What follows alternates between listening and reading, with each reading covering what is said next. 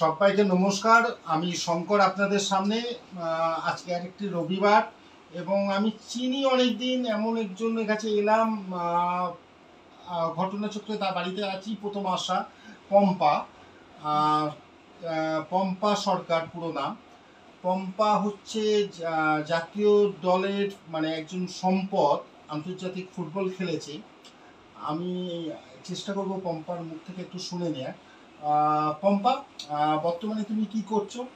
বর্তমানে আমি এখন কলকাতা পুলিশের হোমগার্ড ডিপার্টমেন্টেই রয়েছি। আমি ওখানে নো ওয়ার্ক নো পেতে আমি কাজ করছি।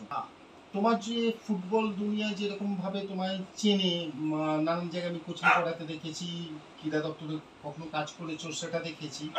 তা ফুটবল দুনিয়াতে তুমি পা রাখলে কিভাবে?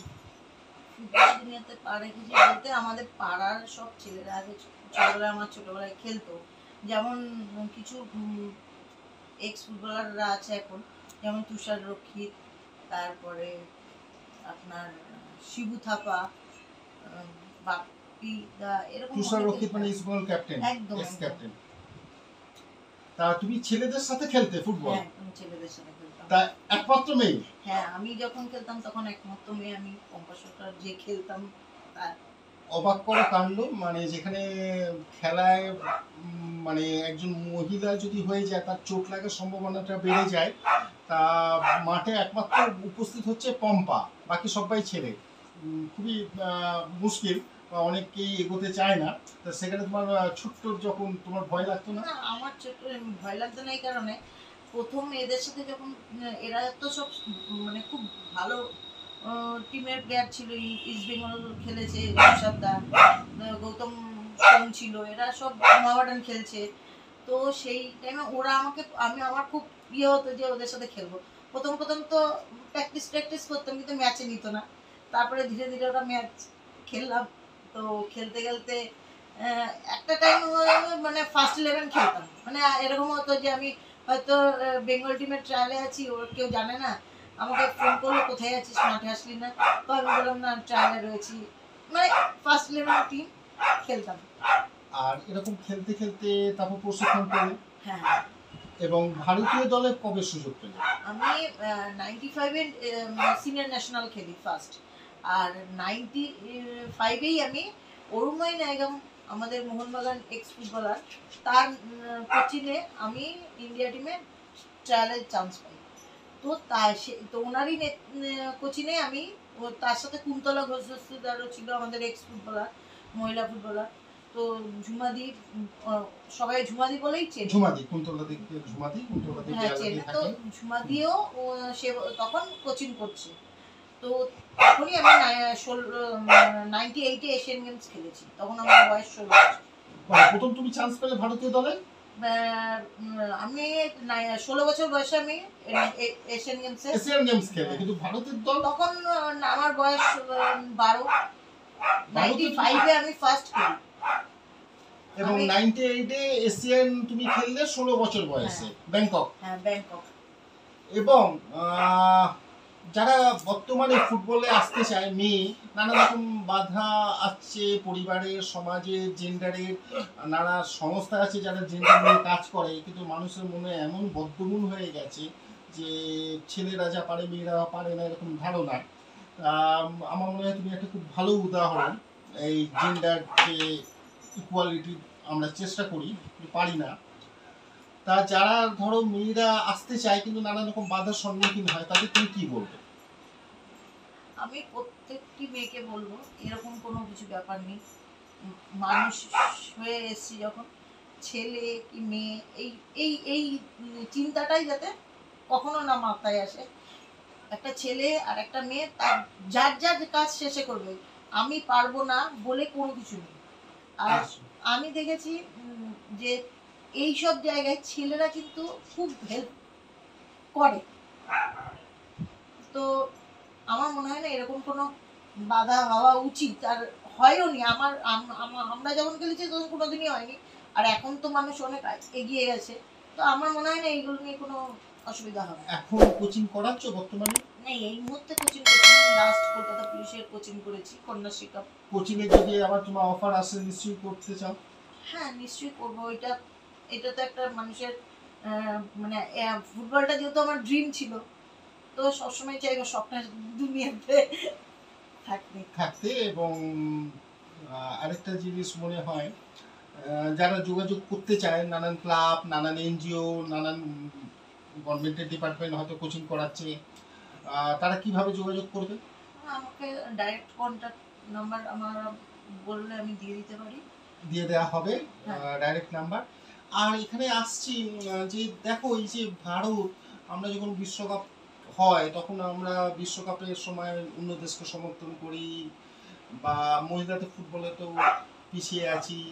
এইটা তোমরা যেহেতু খেলার দুনিয়া থেকে এসছো, আন্তর্জাতিক জার্সি পরে নিয়েছো ভারতে, কিভাবে মানে সমস্যাটা মেটানো যায়, ভারত আবার এগোতে পারে? আমার মনে হয়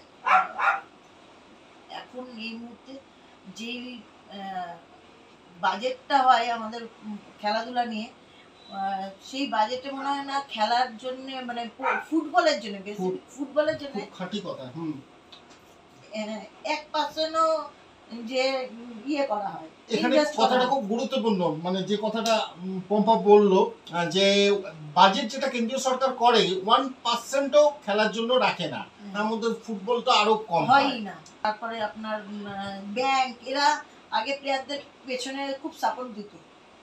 তো এই এখন যারা জেনারেশনের যারা ফুটবল খেলছে, তারা ফুটবলটা খুবই ভালো খেলছে, কিন্তু আমার মনে হয় একটা টাইম পরে তার ফ্যামিলির উপরেও তার প্রেশার।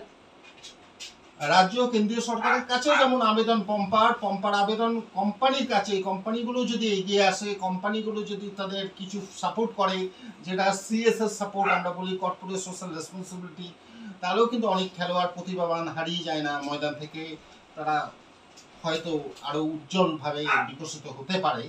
তা সেটা এগিয়ে আসার অনুরোধ, তুমি কি এই অনুরোধ কখনো ক্রীড়ামন্ত্রীকে করেছো?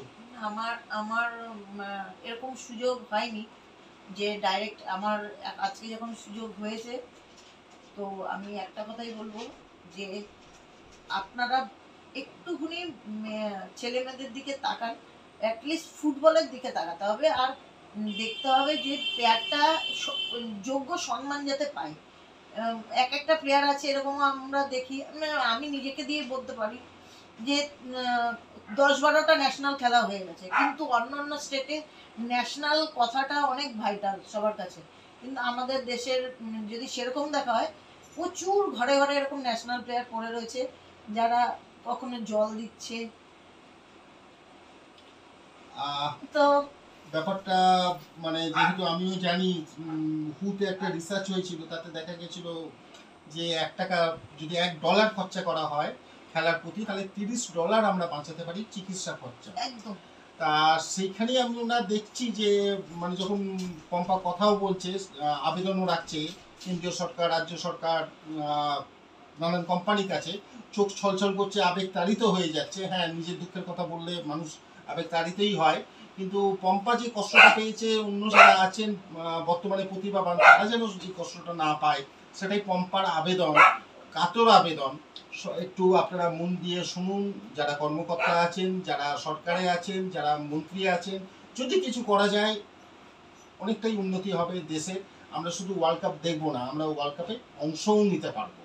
হ্যাঁ, আমি একটা কথাই বলবো, আমি ফুটবল দিয়েই বলছি, আমরা দীর্ঘ বহু বছর হয়ে গেছে বেঙ্গল চ্যাম্পিয়ন হয়নি ওমেন্স ফুটবল। হ্যাঁ, তো ছেলেদের তো হচ্ছেও না, ছেলেদেরও অবস্থা খুবই শোচনীয় হয়ে রয়েছে। কেন হচ্ছে না? আমি নিজে খেলেছি চ্যাম্পিয়নশিপ, আমি সবসময় ফাইনালে পার্টিসিপেট করেছি ন্যাশনাল গেমসে, এই ন্যাশনালে। তো আমাদের যে একটা টিম যখন ফাইনাল ম্যাচ খেলার জন্য প্রস্তুতি নেয়, তখন যেই পরিমাণে মানসিকতা থাকে, আর যখন হেরে যেতে থাকে লিগ থেকে, আমার লাইফে আমি লিগ থেকে কোনোদিন টুর্নামেন্ট খেলিনি। তো সেই জায়গায় এখনকার মেয়েদের দেখছি লিগ থেকে ওদের খেলতে হচ্ছে, কিন্তু সেই ফাইনালে যাওয়াটাও তাদের কাছে খুব টাফ। যাদের আমরা উড়িষ্যা তামিল, কেরালার তো এখন অসাধারণ ফুটবল, মানে বলার মতো না। ওরা ওদের ওই স্টেট থেকে যেইভাবে আগলিয়ে নিয়ে এসছে মেয়েদের, উড়িষ্যা কিন্তু সবচেয়ে বড় কথা পাশাপাশি, উড়িষ্যা উড়িষ্যা খেল শ্রদ্ধা, আমি কিছু অসম্ভব প্লেয়ারের উন্নতি নামও করেছে বলে দিচ্ছি উড়িষ্যা। যারা আমাদের সাথে খেলে বড় হয়েছে, মানে আমাদের সাথে ইন্ডিয়া করেছে, আমাদের আমাদের এখানে কলকাতায় লিগ খেলতে এসছে। শ্রদ্ধাঞ্জলি, তারপরে আছে, আমি অনেক প্লেয়ার কয়েকজনকে আছে। চিনি, এবং উড়িষ্যার যে প্রোগ্রাম সেটা খেলার জন্য উড়িষ্যা রাজ্য সরকারের নিজস্ব একদম একদম চিন্তা ভাবনা। তো সেই জন্য এটা কি একটু পশ্চিমবঙ্গ সরকার ভাবতে পারেন না? ওই টাইমে আমরা দেখেছি ওরা আরো মোটিভেট হয় এই কারণে, যখন ওর সিনিয়র প্লেয়াররা দেখছে প্রপার জায়গায় 3-4টে ন্যাশনাল করার পরে একটা ইন্টারন্যাশনাল করার পর ভালো একটা জায়গায় সে সার্ভিস করছে। তারপরে আমি আজকে আমাকে যখন আমি কাউকে বলবো না ফুটবল খেলতে চলো, তখন সে বলবে তুমি কি চাকরি করো, তুমি বহু বছর ফুটবল খেলেছো, তোমাকে সরকার কি দিয়েছে? আর ম্যাক্সিমাম জায়গায় গিয়ে আমি দেখছি, কোচিং করতে গিয়েও আমি এই প্রশ্নের সম্মুখীন হয়েছি। তো সেই জন্য সরকারকে, দুটো সরকারকে, সেন্ট্রালকেও বলবো, রাজ্যকেও বলবো, অ্যাটলিস্ট যোগ্য সম্মানটা দেবেন। তার ফ্যামিলি তাদের কাছে খুব ভাইটাল। আপনি হয়তো সেই মেয়েটি থেকে 10 বছর সার্ভিস পাবেন, কিন্তু আমি মনে করি যদি আপনি ওকে টাইম মতো সার্ভিসটা প্রোভাইড করেন, 15 বছর একটা মেয়েকে খেলানো যেতে পারে। তো 5 বছর যদি প্রত্যেকটা মেয়ে আমাদের এক্সট্রা বেনিফিট দেয়, আজকে junior team, sub junior team আমাদের নেই ফুটবলে। 17-এর মেয়েদের অবস্থা খুব খারাপ। কেন আমরা জুনিয়র তৈরিই করতে পারছি না, যেহেতু সিনিয়ররা কিছু পায় না। নিশ্চয়ই। আর আরেকটা কথা হচ্ছে, তুমি বর্তমানে কি কন্ট্রাকচুয়াল? হ্যাঁ একদম। তা সেটাও সরকারের কাছে একটা আবেদন, যদি একটা খেলোয়াড় না হারিয়ে যায়, যার উপর একটা সংসারের দায়িত্ব, যদি কিছু করা যায়, সে কিন্তু আবার খেলাতেই মনোনিবেশ করবে, যেটা তার দেশকে সম্মান পেতে সাহায্য করবে, অনেক খেলোয়াড় তৈরি করতে সাহায্য করবে। একটু ভাবা যায় নাকি? আমি দেখেছি মণিপুরে, দাদা তোমাকে একটা ছোট ব্যাম ব্যাম, চৌবা, তাওয়াবি, এরা অনেক বড় মাপের প্লেয়ার।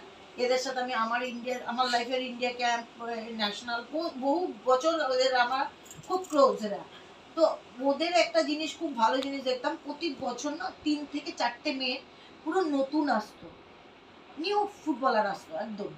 কেন ওদের ওইখানে পুলিশে প্রত্যেকটা মেয়ে ন্যাশনাল খেলার পরে পুলিশে, এখন হয়তো ব্যাম ব্যাম ইয়ে তোমার ডিসি হয়েছে, তো ডেপুটি কমিশনার হয়েছে, ওকে দিয়েছে। তো আমার কাছে একটাই কথা, যদি আমরা মণিপুরকে নিয়ে তুলনা করি, কেরালাকে নিয়ে তুলনা করি, আমরা তো এটাও ভাবতে পারি, কেন আমরাও তো বাংলা একটা টাইমে ফার্স্ট 11 ইন্ডিয়া টিমে ফার্স্ট 11 খেলতো বাংলার 11টা প্লেয়ার, আজকের ডেটে কেন হবে না? আর আরেকটা প্রশ্ন মাথায় আসছে, অপূর্ণ ইচ্ছে তোমার? অপূর্ণ ইচ্ছে একটাই, যে যেহেতু ড্রিম ছিলই ফুটবলটার উপরে, আমার শেষ পর্যন্ত আমিও চাইবো যে আমি এটার উপরেই কাজ করতে। যদি যখন খেলেছো তখন মা বাবার সাপোর্ট? হ্যাঁ, এটা তো খুব ভাইটাল জায়গা, বাড়ির সাপোর্ট? একদম একদম। যতটা খেলতে পেরেছি বাড়ির তো সাপোর্ট, মায়ের সাপোর্ট। আরেকটা হচ্ছে চারপাশের যে দৃষ্টিভঙ্গি, সেটা কিছু তফাৎ লক্ষ্য করেছো? হ্যাঁ, তখন তো এরকম হতো না, আর এখন সেটা হয় না। এখন খুব ভালোভাবে মেয়েরা খেলতে পারে। আগে যেরকম হতো, আমার অতটা অসুবিধা হয়নি, যেহেতু আমার পরিবেশটা ফুটবলের জগতের লোকরা আমার আশেপাশে ছিল। কিন্তু অনেক আমার সহকর্মী, আমার সহ প্লেয়ার যারা ছিল, অনেকের বর্ধমান থেকে আসতো, কেউ অনেক রাত, বন্দনা পাল বলে একটি প্লেয়ার ছিলেন, তো ও মারাত্মক প্লেয়ার ছিল। ও, আমি আর সুজাতা কর, এই 3জন একদম একই সময় খেলেছি। এরকম করে অসুবিধা কোনো যদি মেয়ে ফেস করে খেলতে গিয়ে, সে ফুটবল না অন্য খেলাও হতে পারে, নিশ্চয়ই তুমি তার পাশে দাঁড়াবে। একদম। আর কিছু ছোট প্রশ্ন জেনে নেব, যেটা অনেকেরই হয়তো মনে কৌতূহল থাকে, বা অনেকের হয়তো শুনতে চায়। পছন্দের তোমার রং এক কথায় বলার চেষ্টা করবে। মেরুন। পছন্দের খাবার? ডাল ভাত। পছন্দের জায়গা? কাশ্মীর। কাশ্মীরের কোন স্পট? পেহেলগাম। যদি হঠাৎ তুমি লটারিতে কোটি টাকা জিতে যাও, কি করবে? 3টে কাজ। একটা বৃদ্ধাশ্রম করব। বৃদ্ধাশ্রম করবে 1 নম্বর। একটা কোচিং সেন্টার খুলবো, মানে একদম। কোচিংটা কিসে? ফুটবল। ফুটবলে কোচিং 2 নম্বর, আর 3 আর পোষ্যদের নিয়ে একটা সেন্টার করার ইচ্ছা আছে। পোষ্যদের নিয়ে একটা সেন্টার করা যাচ্ছে, এবং চারপাশে আমরা আওয়াজও পাচ্ছি, পোষ্যর আওয়াজ। যদি তুমি ভগবান তোমায় কোনো বর দেন, একটা বর, কি বর চাইবে? একটা বড় চাইলে একটাই কথা বলবো, আমি যাতে লোকের পাশে দাঁড়াতে পারি, সেটা যেইভাবেই হোক। মানে আমি আমার তার হয়তো আমার এমন কোনো কিছু হয়তো সবসময় পয়সা দিয়ে সম্ভব হয় না। ঠিক কথা, বুঝে গেছি। হ্যাঁ, ফুটবল যখন ওয়ার্ল্ড কাপ হয় কাকে সাপোর্ট করো, কোন দেশকে? আর্জেন্টিনা। আর্জেন্টিনা। পছন্দের খেলোয়াড়? মারাদোনা। পছন্দের ক্লাব? ইস্ট বেঙ্গল। আর শেষ প্রশ্ন, যারা দেখছে তাদের উদ্দেশ্যে যদি কিছু বলো। যারাই দেখছেন আমাকে, আমাদের কথা শুনলে, যদি কোনো ভুল হয়ে থাকে, আমি তো ভালো বক্তা না, তো সেই জায়গাটা একটু মাফ করে আর একটা কথাই বলবো, যে ফুটবলের পাশে সবাইকে দাঁড়াতে হবে। আর কর্পোরেটের লোকদের দয়া করে আপনারা আসুন আর মহিলা ফুটবলের পাশে দাঁড়ান। এই কথাটা বলতে বলতেও আবেগতাড়িত হয়ে যাচ্ছে।